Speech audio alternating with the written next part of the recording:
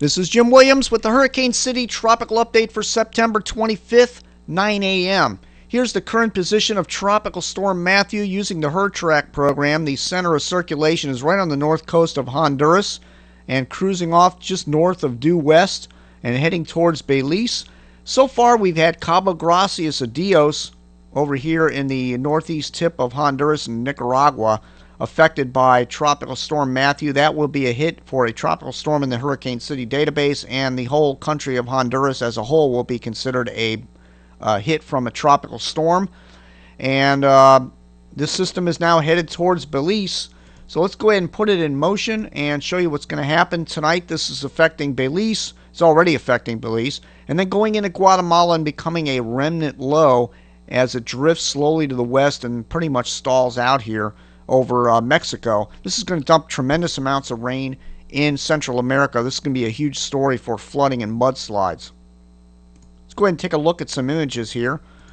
First of all, we have other systems out in the Atlantic. Well, one other system. We have Lisa out in the East Atlantic, and this has been out here for quite some time, but this is a hurricane, and it's drifting north into the East Atlantic. It's not going to affect any land, and that's why we do not have an advisory box on the front page of Hurricane City. The systems this time of the year just simply do not make it all the way across and affect the western basin.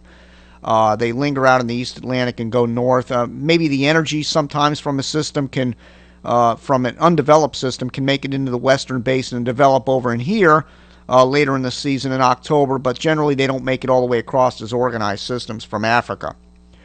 Here is Matthew in Central America. That's going to be the huge rainmaker over the next 48 hours, and that'll be the big story as far as death tolls, I'm sure of it, with the flooding and the mountains and the mudslides that they're going to have out there. All right, here is the best performing model on Tropical Storm Matthew going out 3 days, the LBAR, which stands for Limited Sign Transform Barotropic Best 12-Hour Wind and Heights from the AVN/GFS model. So it's a little bit of interpolated information going into the limited sign model. And this model has been off by about 56 miles at 3 days, which is a pretty good track record for development of this system. And in fact, I'll show you a graphic in just a minute, but it does take it into the Yucatan, to the Bay of Campeche and north into the western Gulf of Mexico. So we cannot discount that. In fact, I'll show you all the models in just a minute. It's pretty much a squash spider, so just about anything is possible at this point. But the reason the LBAR has been so accurate, let's take a look at the model map from Hurricane City from Thursday when Matthew was well south of Jamaica. And you can see that the LBAR model right here basically nailed it dead on. It had it coming into Nicaragua-Honduran border, staying inland, and it is right where it is right now, right in this area. So it's been dead on, but the LBAR at that point would turn it northeast, and we don't think that that's going to happen. It's going to continue inland here, but the LBAR does want to take it up like this in the long run. So we'll see if that pans out. The LBAR does hit one every now and then. Now the other good performing model is the GFTI model. This is the GFDL model that's interpolated with information from the GFS model. And this takes it into Belize, Guatemala, hangs a U-turn, and goes back out into the Caribbean Sea. So this has been off by about 120 miles at 3 days. Now, overall, all the models have been off by about 236 miles on average. So both of these models have performed really well compared to the other models.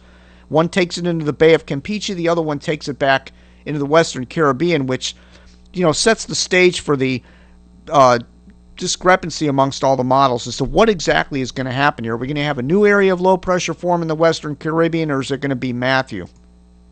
Well, here are all the models. This is the squash spider forecast. A lot of them take it north through the Yucatan. Some of them circle it back around into the Pacific. The LBAR again takes it into the Bay of Campeche and north. But what's interesting are these BAM models down here circling this back in, going into the Pacific and then back into the Western Caribbean Sea, and some models are indicating that as well.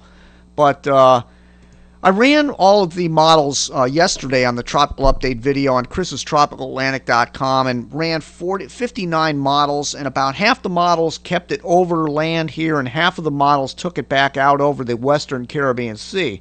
Now today, what are the models showing? I ran 64 models this morning, and out of the 64 models, 40% take this system into the Yucatan and bounce it back out. They take it into the Yucatan and then bounce it back out into the Western Caribbean Sea. And 48% of the models linger it over the Yucatan or Central America down in here, and about 10% of the models take it into the Bay of Campeche over in here. So it's shifted a little bit to the west from what the model consensus was yesterday, and the consensus again is for this to linger over Central America. But there's still a good deal of models that want to bounce it back out into the Western Caribbean Sea, which is why we need to keep a close eye on Matthew. All right, here's the mountainous terrain of Honduras and what's going on. First of all, this area over in here, I read this morning that 70,000 people were evacuated into shelters due to potential flooding from Matthew.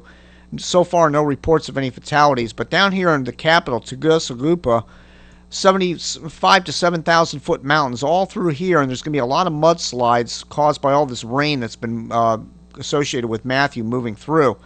Now, when you get into Belize and northern Guatemala over here, the mountains aren't as high. Talking 700-foot hilly terrain in Belize, and there's a little bit higher terrain over in Guatemala. So if this stays a little bit further south and dumps over the Guatemala area, it's going to be a lot of flooding and mudslides, and I fear there's going to be a death toll from this because there's just so much moisture being dumped in this area right now. Here's the heat content. I showed you this yesterday as well. Again, 78 degree or higher temperatures in the Western Caribbean Sea, way below the surface. That's fuel for anything that would try to develop in the Western Caribbean Sea. Normally, cold water gets dragged up from underneath when you have a system festering, but due to the warm temperatures way below the surface, it won't even matter if something's moving slowly. It'll have plenty of energy to tap into for a system in the Western Caribbean Sea. Here is the wind shear tendency from the University of Wisconsin, and increasing wind shear right near the Greater Antilles, where some models are indicating there's going to be a new area of low pressure forming. So the only thing I can think of is there's an upper level low near Hispaniola that could potentially work its way down to the surface. Pressures are very low in the Caribbean Sea, so that is a possibility, although it's unlikely. And I still think that, in my personal opinion, that the energy from Matthew somehow is going to find its way back into the Western Caribbean, or even off the northern Yucatan, somewhere in this area here, and redevelop.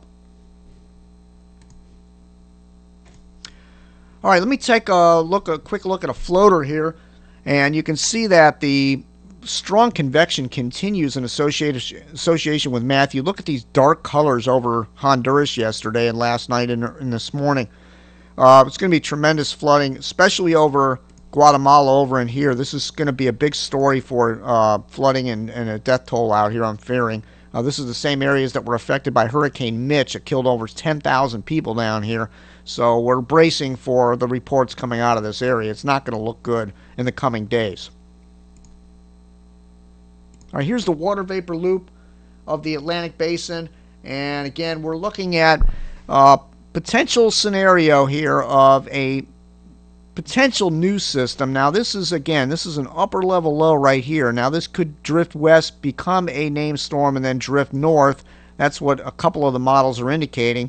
But many of the models are bouncing this off of the Yucatan Matthew out here. So it's, again, a 50-50 shot which is going to happen. Are we going to have a new storm develop, or are we going to have Matthew back up and develop?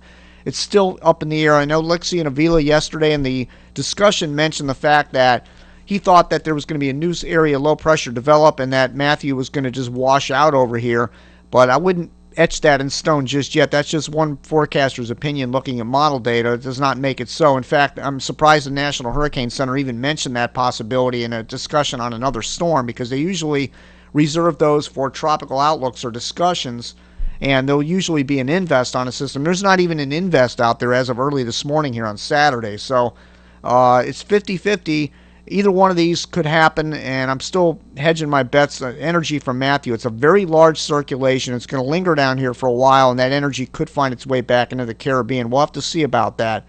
But all eyes, if you're living in Florida, anywhere in the southeast, just keep an eye on the situation down in the Caribbean. The overall motion would tend to be north or northeast going into Tuesday and Wednesday of next week.